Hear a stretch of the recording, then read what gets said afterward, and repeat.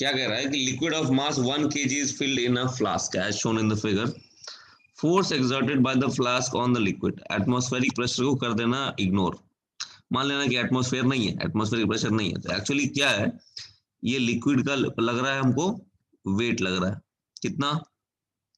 10 Newton लगेगा. और wait कौन लगा रहा है? वेट कौन लगा रहा है? अरे ये वेट जो है, ये वेट जो फोर्स है वो कौन लगा रहा है? अर्थ लगा रहा है ना. Liquid. No, weight is acting due to the earth. Yes, weight is the force exerted by the earth on the liquid. Yes, gravitational pull of the earth. Now since the liquid is at rest, if you make a free body diagram of the liquid, let's say, तो liquid का ये liquid का free body diagram बना रहा हूं मैं. ठीक है, ये है इसका वेट विच इज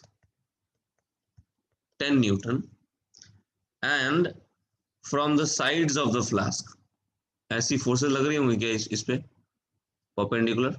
देखो जैसे जैसे नीचे आएंगे वैसे वैसे मैं लंबी लाइन ड्रॉ कर रहा हूं, मतलब प्रेशर बढ़ रहा है. ठीक है, द फ्लास्क इज पुशिंग. जैसे लिक्विड है, लिक्विड फ्लास्क को ऐसे पुश करेगा ना. समझ में आ रही बात? तो लिक्विड फ्लास्क को ऐसे पुश करेगा, तो फ्लास्क भी लिक्विड को इस तरह से पुश करेगा. दिख रहा है? और नीचे से बॉटम से भी फ्लास्क इसको ऊपर पुश करने की कोशिश करेगा. दिख रहा है? ऐसे, है ना. तो जो फ्लास्क जो भी फोर्सेस लगा रहा है, ये फोर्सेस और जो बॉटम से ऊपर की तरफ जो लग रही है फोर्सेस, ये सब, इन सारे फोर्सेस का रिजल्टेंट जो है sorry, should be equal and opposite to the weight. समझ में आ रही बात?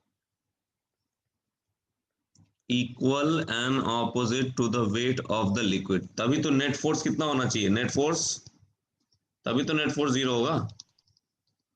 नेट फोर्स 0 क्यों होगा? समझ में आया? अरे बोलो ना रे उल्लू सब. हाँ सर. रेस्ट पे है ना वो. That's why net force is equal to 0. So this 10 Newton has to be balanced by the force on the liquid from the flask. Yes.